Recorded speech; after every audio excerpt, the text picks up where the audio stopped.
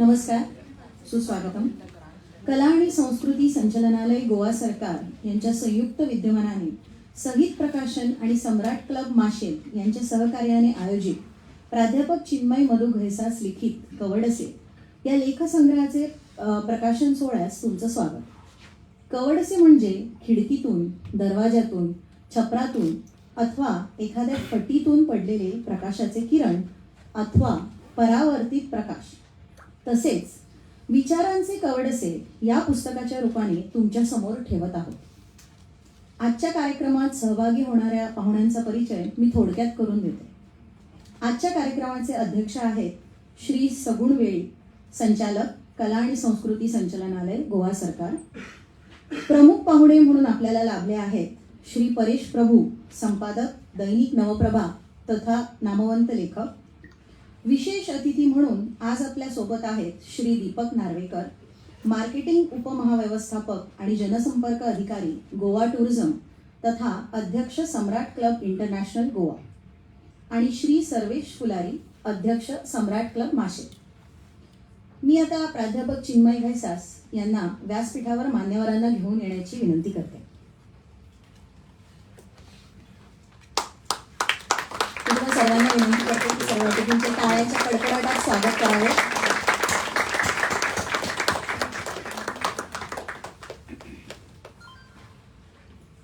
आपल्या प्रेमाचे आणि कौतुकाचे प्रतीक म्हणून आपण मान्यवरांचे पुष्पगुच्छ देऊन स्वागत करूया. श्री सगुण वेळी.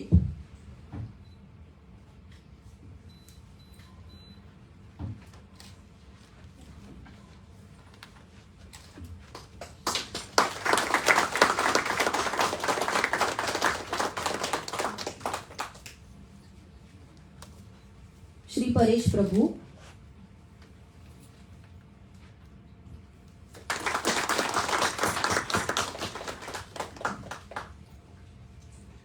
श्री दीपक नार्वेकर,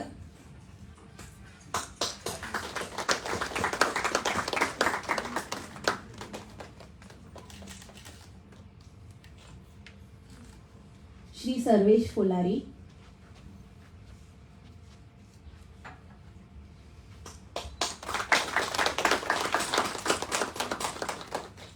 धन्यवाद.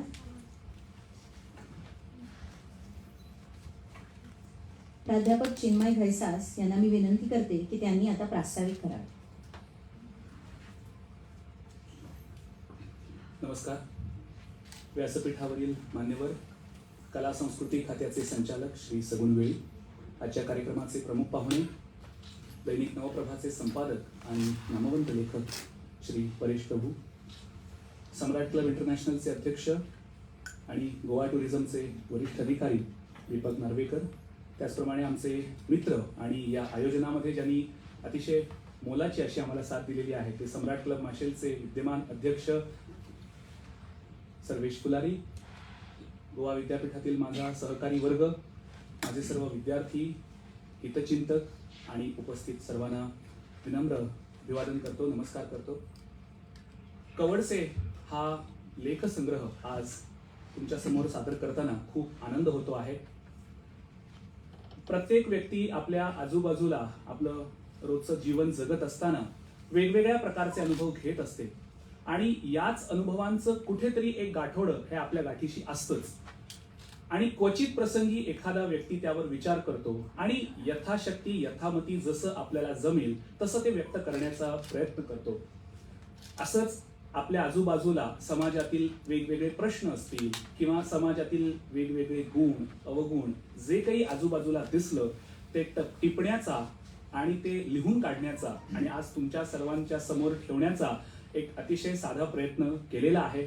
निश्चितच तो तुम्हाला सगळ्यांना आवडेल अशी खात्री आहे. ज्याप्रमाणे घरात कुठल्या तरी एखाद्या कोनाड्यातून जसा एक उजेडाचा छोटासा किरण आपल्याला दिसून येतो त्याप्रमाणे माझ्या अनुभवांचं हे कवडसे तुमच्यापर्यंत पोहोचवण्याचा प्रयत्न करतो आहे. याच्या पलीकडे बरंच काही समाजामध्ये अवलोकन करण्यासारखं टिपण्यासारखं आहे. यातून हा प्रवास अजून जास्त पुढे जाईल याचीही आशा बाळगतो आणि माझं प्रास्ताविक या ठिकाणी थांबवतो. धन्यवाद.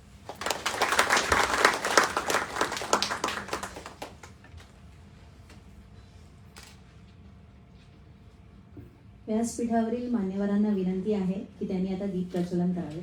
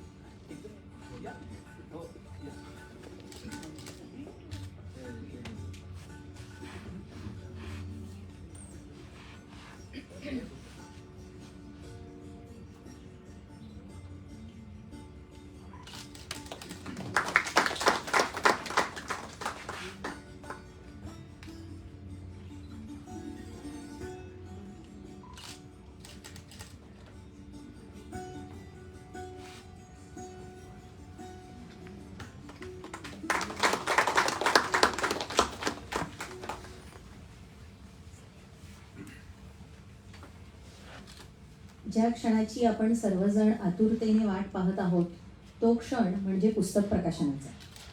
मान्यवरांना विनंती आहे की त्यांनी आपल्या शुभ हस्ते पुस्तकाचे अनावरण करावे.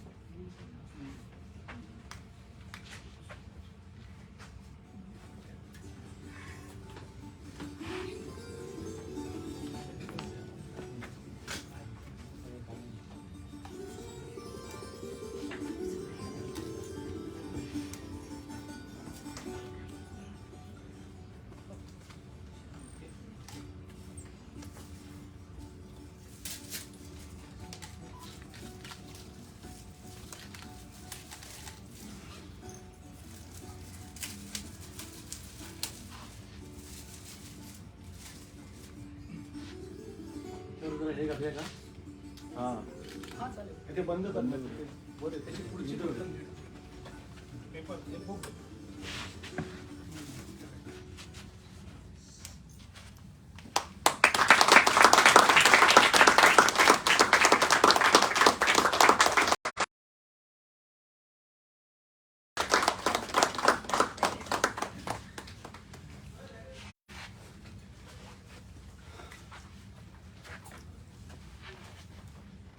कवडसे हे पुस्तक 150 रुपयाच्या सवलतीच्या दरात खरेदीसाठी उपलब्ध आहे.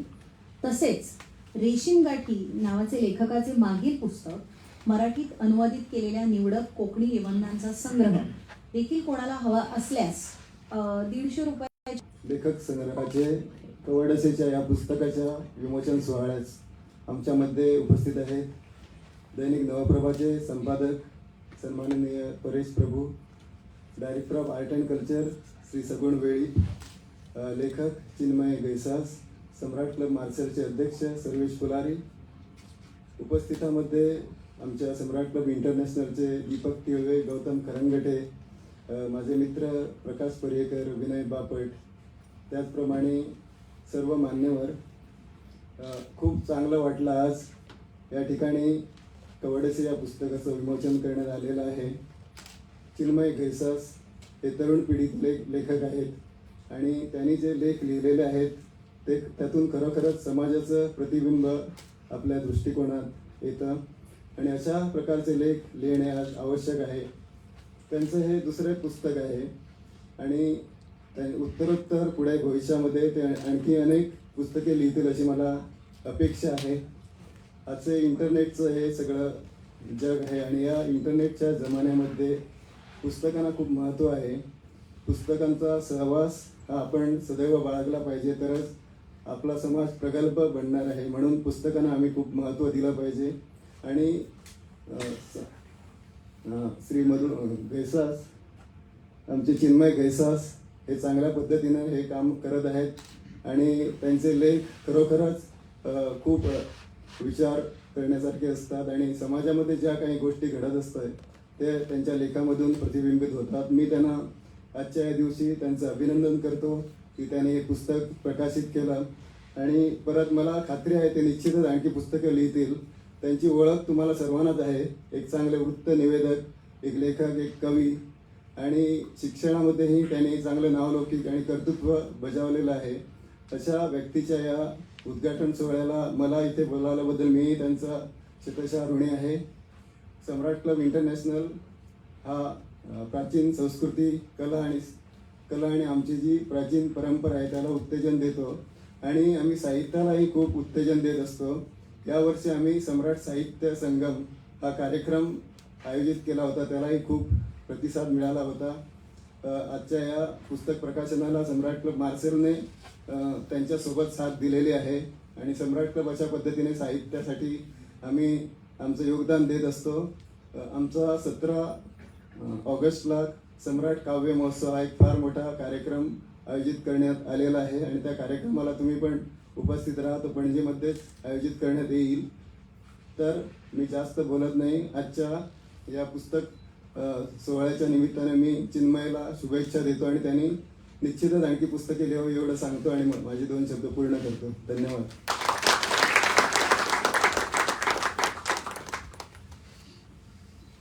धन्यवाद.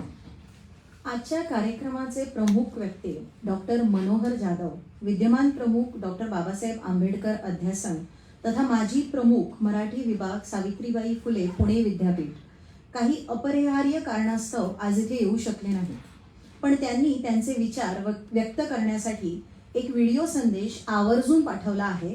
तो आता आपण बघणार आहोत.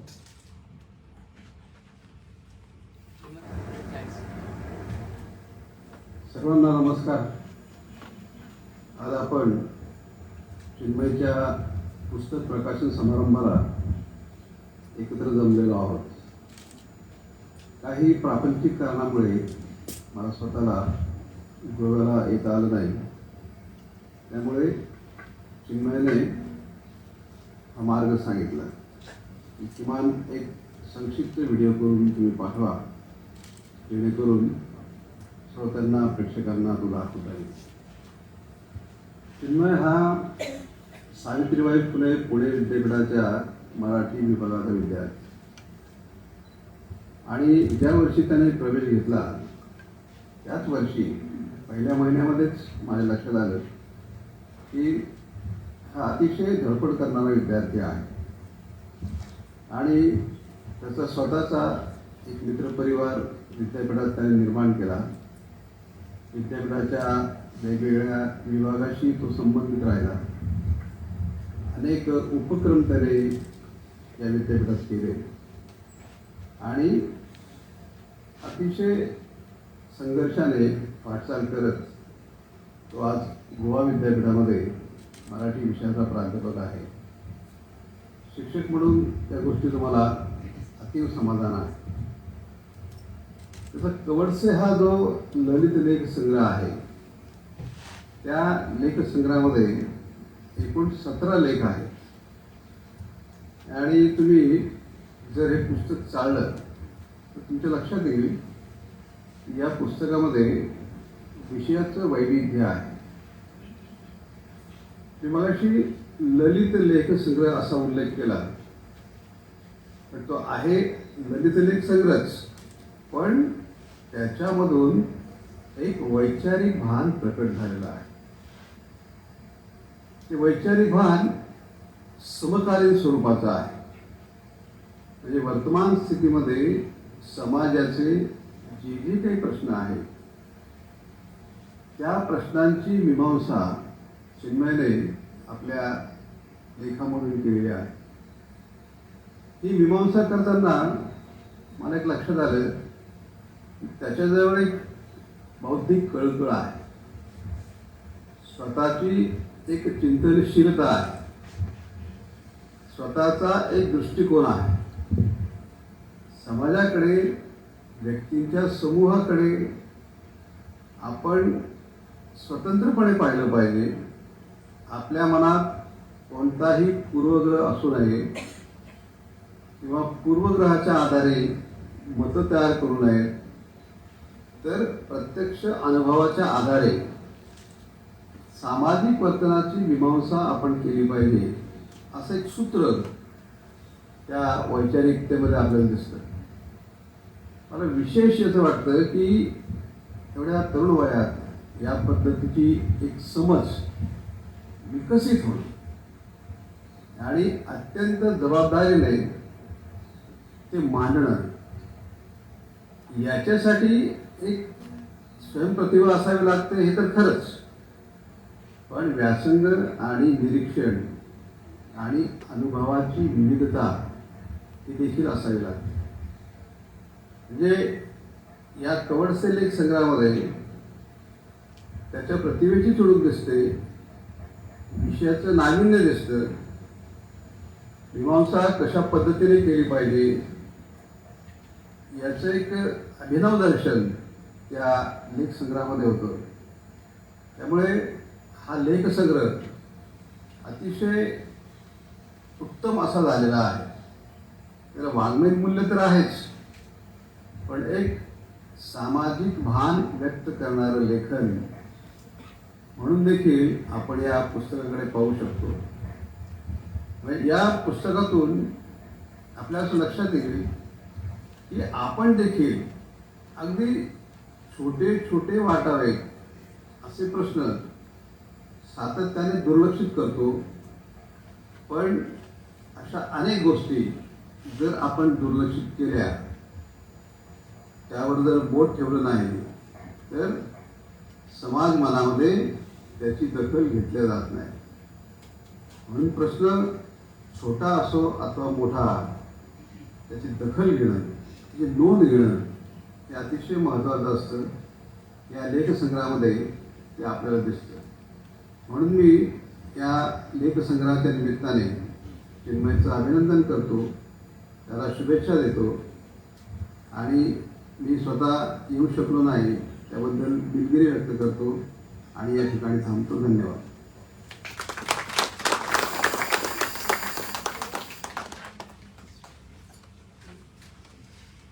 आजच्या कार्यक्रमाचे प्रमुख पाहुणे श्री परेश प्रभू यांना मी त्यांचे विचार मांडण्यासाठी आमंत्रित करते.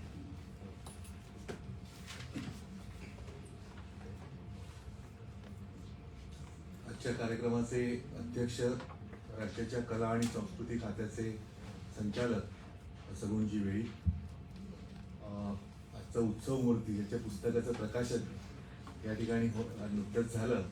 माझा मित्र चिन्मय घैसास, आयोजकांतर्फे ज्यांनी या कार्यक्रमाचं आयोजन केलेलं आहे, सम्राट क्लब इंटरनॅशनलचे अध्यक्ष आणि माझे मित्र दीपक नार्वेकर आणि माशेल सम्राट क्लबचे अध्यक्ष श्री फुलारी आणि उपस्थित बंधू होते.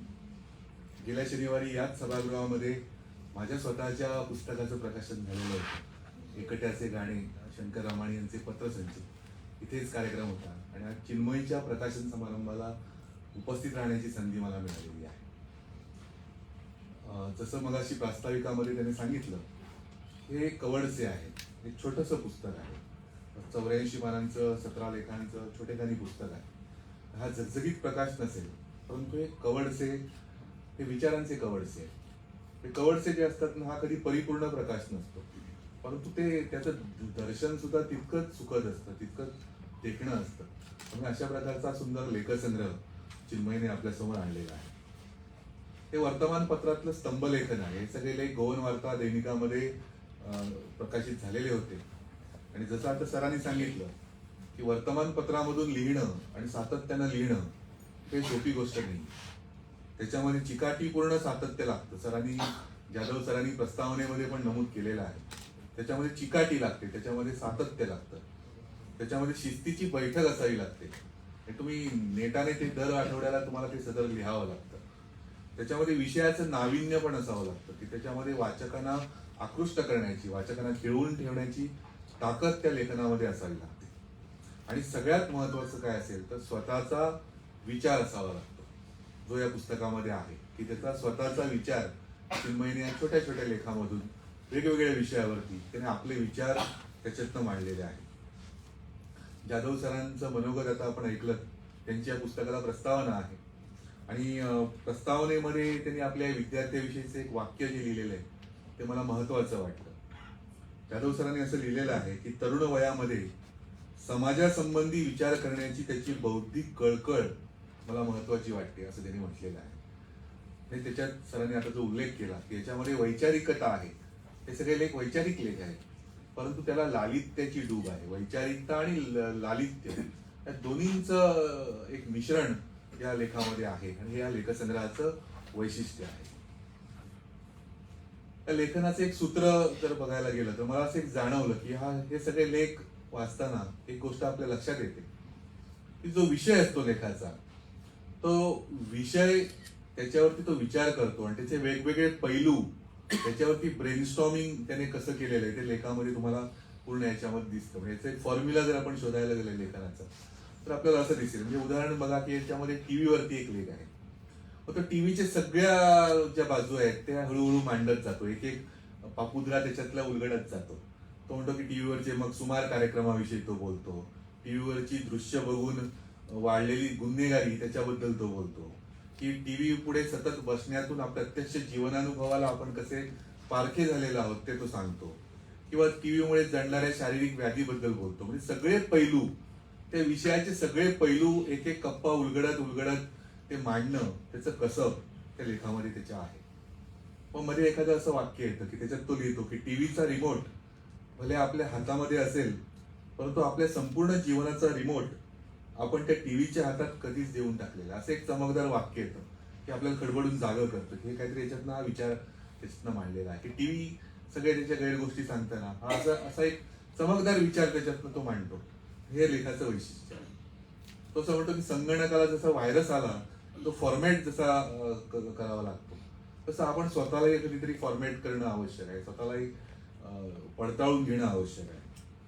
त्याच्यामध्ये काहीसा भाबडेपणाही असेल. त्याच्यामध्ये तो म्हणतो की दूरदर्शनचे कार्यक्रम सुधारायचे असतील मग कलाकारांनी, सरकारने, प्रेक्षकांनी एकत्र आलं पाहिजे अशी अपेक्षा त्याच्यातनं व्यक्त करतो. एक थोडं भाबडेपणा याच्यामध्ये दिसेल की आपल्याला माहिती आहे की हे प्रत्यक्ष घडणार नाही, परंतु त्याला ती अपेक्षा त्याच्यातनं व्यक्त करतो. पण जीवनामधल्या प्रश्नांची उत्तरं काही सोपी नसतात.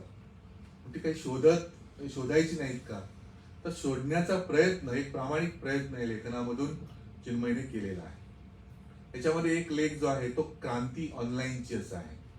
मगाशी जसं मी सांगितलं की तो विषयाचे एक एक पापुत्रे उलगडत जातो. मग ऑनलाईन आर्थिक व्यवहार असतील, वैद्यकीय व्यवहार असतील, खरेदी व्यवहार असतील किंवा मनोरंजन असेल, सुरक्षा विषय असेल किंवा अगदी लग्न जुळणी सुद्धा ऑनलाईनमुळे कशी सोपी झाली तिथपर्यंत तो पोहोचतो. असे वेगवेगळे पैलू तो मांडत जातोय सगळ्या विषयाचे.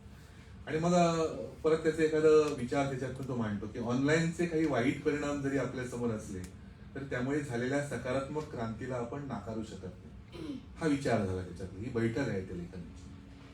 आणि असेच आपल्या अवतीभोवतीचे साधे सोपे विषय, कौटुंबिक विषय आहेत, सामाजिक विषय आहेत, या पुस्तकामधून, या लेखनामधून त्याने मांडलेले आहेत. याच्यातला पहिलाच जो लेख आहे की वसा भारतीयत्व जपण्याचा, तो असं म्हणतो की आपल्या भाषा असतील, आपली संस्कृती असेल, आपलं संगीत असेल, आपलं भारतीय साहित्य असेल, हा सगळा वारसा जो आहे आपला तो आपण उपेक्षितो आहोत. आपण कुठेतरी त्याच्याकडे दुर्लक्ष करतो, त्याला कमी लेखतो. आणि वस्तुस्थिती आहे.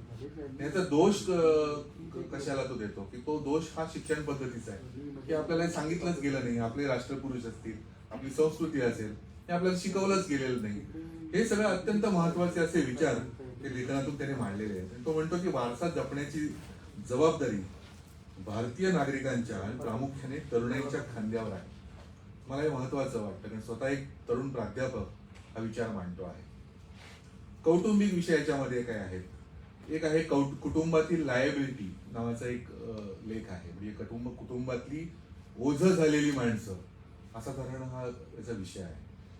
तर त्याच्यामध्ये त्याने जणू आपल्याला आरसा दाखवलेला आहे. त्याच्यामध्ये मोठं भावंड आणि छोटं भावंड ह्याच्यातला संवाद त्याच्यात आहे. हा प्रसंग त्याने प्रत्यक्ष कुठे अनुभवलेला असेल. तो म्हणतो त्याच्यामध्ये की पूर्वी त्याला मोठा जो भाऊ आहे त्याला पूर्वी मान असायचा, अधिकार असायचा, आज फक्त कर्तव्य त्याच्या वाट्याला आहे. हे निरीक्षण आहे, हे महत्वाचं आहे. घरोघरीचे बबड्या नावाचा एक लेख आहे. हे वेगवेगळ्या तऱ्हेचे लेख आहेत. घरोघरीचा बबड्या, एकलकोंडी झालेली मुलं जी असतात आजकालची त्याच्याबद्दलचा लेख आहे. आणि त्याने त्याच्यात उदाहरण पण दिलेलं आहे एका बबड्याचं की तो 35 वर्षांचा झाला, आई त्याची हाताने भरवते त्याला. आता हा बबड्या इथे आलेला असेल की नाही मला माहिती नाही, परंतु असे घरोघरी अति लाडावलेली आहेत. असा विषय की असे बबड्या आणि बडबडे जे असतात त्यांचा समाजाला काही उपयोग नसतो. त्याच्यावरती त्याने सामाजिक लेखामध्ये बोट ठेवलेलं आहे. किंवा गाव ते गाव हया शहर, ते गावाकडून जी शहरात घेत जातात माणसं, ती कालांतराने त्याला असं निरीक्षण त्याचं आहे की ती परत गावाकडे आपल्या परत येतात. म्हणजे हा प्रवास, तो असं म्हणतो की हा प्रवास माणसाला स्वतःच्या अस्तित्वाची, स्वत्वाची नव्याने ओळख करून देईल काय. की शहरामध्ये पैसे कमावण्यासाठी गेलेली माणसं जेव्हा परत गावाकडे येतात तर आपल्या स्वत्वाची जाणीव, आपल्या गावाची, आपल्या सगळ्या परंपरांची जाणीव त्यांना होईल काय याच्यात, असा तो एक प्रश्न आपल्या समोर उभा करतो. असे अनेक लेख आहेत. ते सगळं खरं म्हणजे आपण संपूर्णपणे वाचणं आवश्यक आहे. त्यामुळे सूत्ररूपाने फक्त त्याची वैशिष्ट्य मी या ठिकाणी मांडणार आहे. याचं एक वैशिष्ट्य मला असं वाटतं की याच्यामध्ये ना, या सगळ्या लेखनामध्ये एक संतुलित अशी दृष्टी आहे. याच्यामध्ये कुठेही असं एककल्लीपणा नाही, याच्यामध्ये कुठेही एकांगीपणा नाही. एक संतुलित दृष्टी आणि सुस्पष्ट अशी वैचारिक भूमिका, स्पष्टपणाने ज्याला जे म्हणायचंय ते अत्यंत परखडपणे या पुस्तकामधून, या लेखामधून त्यांनी लिहिलेलं आहे.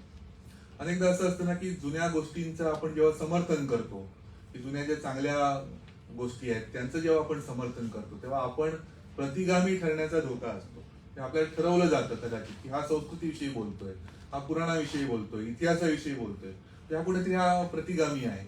अशी एक ढोंगी कल्पना एक समाजामध्ये नेहमी आपल्याला बघायला मिळते की आपल्या संस्कृतीचा अभिमान बाळगणं, आपल्या धर्माचा, आपल्या देशाचा अभिमान बाळगणं म्हणजे कुठेतरी तुम्ही प्रतिगामी आहात असं एक बघण्याची तुमची एक काही लोकांची दृष्टी असते. त्यामुळे तो असं म्हणतो की जुन्या गोष्टीमध्ये जे उन्नत उदात्त मन मधुर असं जे आहे, हे सावरकरांनी म्हटलेलं आहे, ते चांगलं आहे, तर ते आपण स्वीकारलं पाहिजे. ते आपण स्वीकारून त्याची कदर आणि त्याचा आदर करून आपण पुढे गेलं पाहिजे. आणि जुन्या रूढी परंपरांना आंधळेपणानं चालू ठेवण्याला पूर्णविराम देणं आवश्यक आहे, हेही तो त्याच्याच बरोबर सांगतो. ही संतुलित दृष्टी जी मी म्हणालो ती अशा प्रकारची दृष्टी आहे.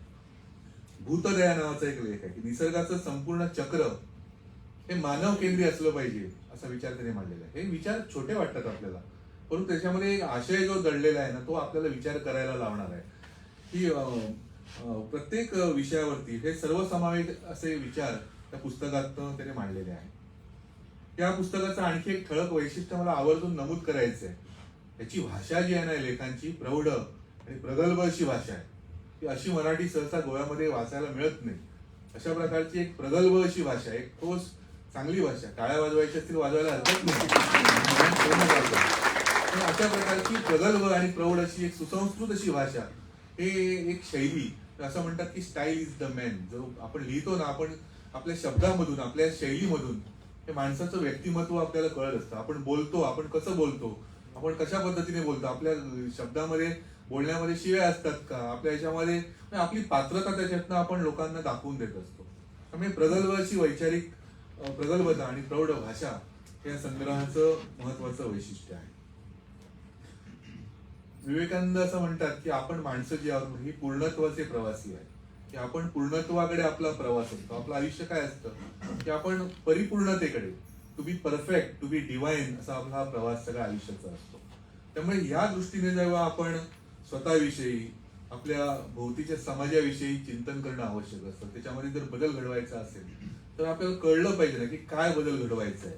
ते नुसतं बदल पाहिजे असं म्हणून चालत समाजामध्ये, आपल्या अवतीभोवती काय बदल पाहिजे, आपल्यामध्ये काय बदल पाहिजे, हे आधी स्वतःला कळणं आवश्यक आहे. त्यामुळे याच्यामध्ये दोन वैशिष्ट्य सांगण्यासारखी आहेत की सामाजिक बदलाची एक प्रामाणिक कळकळ या लेखनामध्ये तर आहेच, हे सगळं बदललं पाहिजे. जे चुकीच्या गोष्टी आहेत त्या बदलल्या पाहिजेत, ही कळकळ त्याच्यामध्ये आहे. त्याचबरोबर काय बदल हवा आहे त्याची एक सुस्पष्ट अशी जाणीव या सगळ्या लेखनामध्ये दिसते. हे मला ठळक वैशिष्ट्य वाटतं. उदाहरणार्थ काय बदल पाहिजे, मग तो त्या लेखामध्ये, जसं मी मगाशी म्हणाले की एक पापुद्रा मग उलगडत जातो. तो म्हणतो साक्षरतेचा प्रश्न मिटला पाहिजे, सामाजिक एकता आली पाहिजे, बेरोजगारीचं उच्चाटन झालं पाहिजे देशामधल्या, आर्थिक विषमता जी आहे त्याच्यावरती प्रहार झाला पाहिजे, व्यसनाधीनतेचा नायनाट झाला पाहिजे, गुन्हेगारीवर नियंत्रण आलं पाहिजे. अशा सगळ्या गोष्टी तो सांगत जातो. आणि शेवटी म्हणतो आपण मौन आणि निष्क्रियता या दोन गोष्टी सोडल्या पाहिजे. आणि हे खरं महत्वाची गोष्ट आहे की आपण लोकांना सांगून गरज नसते, की आपल्यापासून तो बदलाची सुरुवात ही आपल्यापासून होणं आवश्यक असते. त्यामुळे आपलं मौन आणि निष्क्रियता ती सोडली पाहिजे. तो असं म्हणतो की आसपास कोणतीही चुकीची गोष्ट घडत असेल तर त्याच्याशी आपला जणू संबंधच नाही असं समजून किंवा स्वतःची तशी समजूत करून घेऊन सरळसोट दुर्लक्ष करण्याची जी वृत्ती समाजामध्ये दिसते. मी तर पत्रकार आहे, मला अनेकदा असं दिसतं की अनेक लोक येतात आमच्याकडे की अमुक बातमी छाप, ती अमक्यावरती लिही, त्याच्यावरती अग्रलेख लिही, त्याची आपण काही करायची तयारी नसते की तुम्ही लिहा. मी तुमच्या पाठीवरती बंदूक ठेवून सांगत असतो की तुम्ही असं करा, तुम्ही असं केलं पाहिजे, तुम्ही तसं केलं पाहिजे. मतदार नेत्याला सांगत असतो तुम्ही असं केलं पाहिजे, असा बदल घडवला पाहिजे. आणि सगळीकडे भ्रष्टाचार झालेला आहे, सगळीकडे वाईट गोष्टी आहेत. आणि निवडणूक जेव्हा येते तेव्हा त्याच नेत्याकडून पैसे घेऊन तो त्यालाच मत देत असतो. हे जे आहे याच्यावरती बोट चिन्मयने ठेवलेला आहे. एक सजग नागरिक या नात्याने आपली काही मूलभूत कर्तव्य आहेत याचा आज आपल्याला विसर पडलेला आहे, याची जाणीव त्या सगळ्या लेखामधून त्याने करून दिलेली आहे. एका लेखामध्ये त्याने म्हटलेलं आहे की वास्तवाची यथार्थ मांडणी करणारं लेखन आणि साहित्य निर्मिती या समाजामध्ये होण्याची आवश्यकता आहे आणि त्यानेच समाजाला सुयोग्य मार्गदर्शन मिळू शकेल. आणि अशा प्रकारचा मला मगाशी सुरुवातीला जे मी म्हटलं म्हणजे आपला जास्त वेळ घेणार नाही, नंतर मला वाटतं प्रयोग सांजचा कार्यक्रम याच ठिकाणी होणार आहे असंही मला कळलेलं आहे. मी माझं भाषण आवर्त घेणार आहे, वेळीत साहेबांना पण बोलायचंय. परंतु मला एक गोष्ट महत्वाची वाटते की एक तरुण प्राध्यापक समाजाचा विचार करतो, देशाचा विचार करतो, नुसता आपला पगार आणि भत्त्यांपुरतं बघत नाही, आपल्या विद्यार्थ्यांचा विचार करतो, त्यांच्या माध्यमातून देशामध्ये बदल घडवण्याचा, समाजामध्ये बदल घडवण्याचा विचार करतो, ही खूप महत्वाची गोष्ट आहे असं मला वाटतं. त्यामुळे चिन्मयचं या लेखनाबद्दल मी कौतुक करतो. पुस्तक छोटंसं आहे, याच्या पुढची पुस्तकं, याच्या पुढचा साहित्यिक प्रवास जो आहे त्याचा तो असाच बहरत जावा, याच्यापेक्षा मोठमोठी पुस्तकं. माझं पहिलं पुस्तक असंच छोटंसं होतं, एक लेखसंग्रह होता निरांजन नावाचा, आणि आज 400 पानांची पुस्तकं मी लिहिलेली आहेत. ते आपण पुढे पुढे प्रगल्भ होत जात असतो, आपल्याला समज येत असते, आपण अधिक समृद्ध होत असतो. तसं तसं लिखाण तुझ्या हातून व्हावं अशी मी एक शुभेच्छा व्यक्त करतो आणि माझं थोडं लांबलेलं मनोगत थांबवतो. धन्यवाद.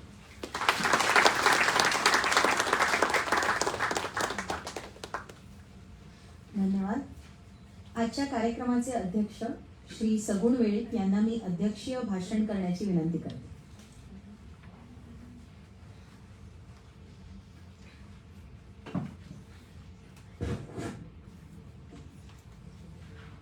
नमस्कार.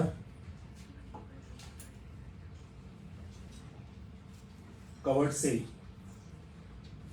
लेख संग्रहाच्या प्रकाशन सोहळ्याचे आमच्यामध्ये हजर आहेत आमचे मित्र, आणखी संपादक नवप्रभाचे श्री परेश प्रभू, त्याचबरोबर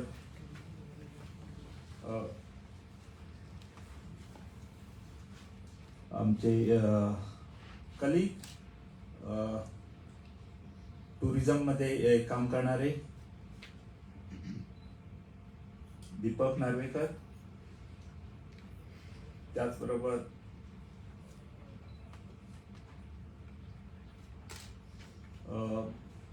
सम्राट क्लबचे मार्शलचे अध्यक्ष, आणखी लेखक चिन्मय मधु गैसास. सांगायचं म्हणजे मला जेव्हा त्यांनी आमंत्रण दिलं, आणखी मी एवढ्या वास्तूमध्ये सहवास करतो, आणखी हा वास्तूचे सर्व काही बघतो, हा एक तरुण युवक वर्ग काहीतरी करायला धडपडतो, काहीतरी लिखाण करून ह्या समाजाचे काहीतरी उद्धार, ह्या समाजाच्या यंग जनरेशन्स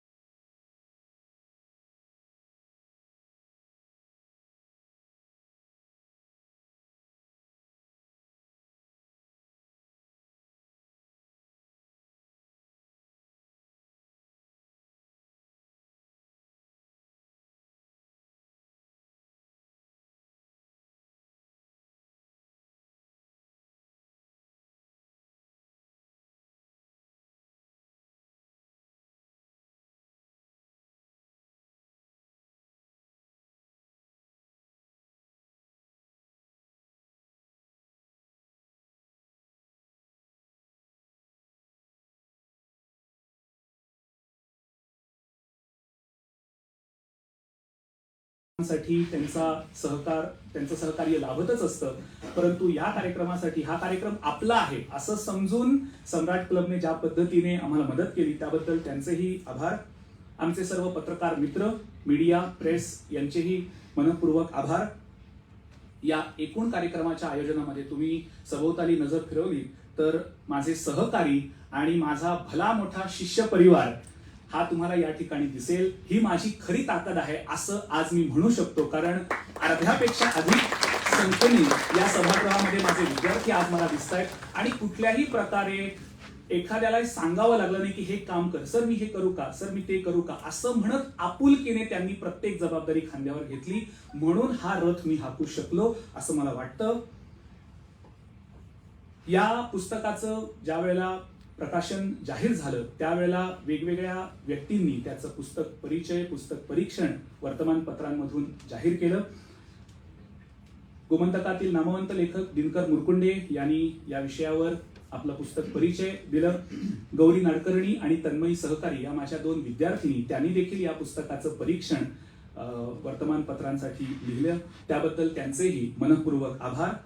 माझे सर्व शुभेच्छुक, हितचिंतक ज्यांच्या आशीर्वादाच्या आणि शुभेच्छांच्या बळावर हे लेखन कार्य मी करू शकतो आणि पुढेही करत राहीन, त्या सगळ्यांचेही मनपूर्वक आभार. एक व्यक्ती अशी आहे जिचा या वाटचालीमध्ये फार महत्वाचा रोल होता, एक महत्वाची भूमिका होती. एखाद्या सुंदर अशा माळेमध्ये नकळत असलेला, ज्याचं अस्तित्व असतं पण ते दिसत नसतं, तो म्हणजे आतला धागा, सगळ्यांना एकत्र सूत्रबद्ध पद्धतीने बांधून ठेवणारा आमच्याच गोवा विद्यापीठातील माझी सहकारी प्राध्यापक क्षमा धारवाडकर, जिने आजच्या या कार्यक्रमाचं उत्तम सूत्रसंचालन केलं, तिचेही मनपूर्वक आभार व्यक्त करतो. नकळत कळत ज्ञात अज्ञात अशा पद्धतीने हातभार लागला त्या सगळ्यांचे पुन्हा एकदा मनपूर्वक आभार व्यक्त करतो आणि थांबतो. धन्यवाद. फक्त आपण रजा घेण्याआधी आजच्या कार्यक्रमातल्या मान्यवरांना विनंती आहे की सूत्रसंचालक प्राध्यापक क्षमा धारवाडकर यांचाही त्यांनी आपल्या शुभ हस्ते सन्मान करावा.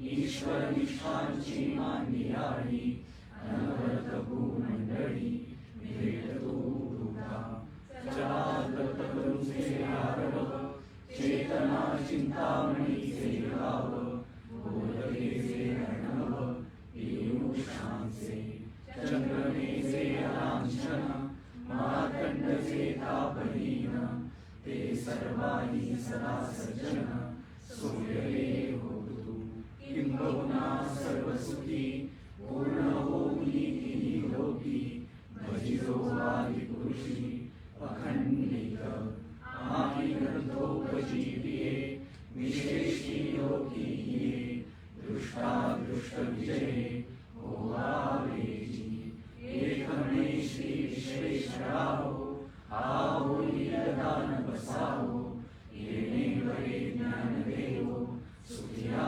झाला सुखिया झाला सुखिया झाला.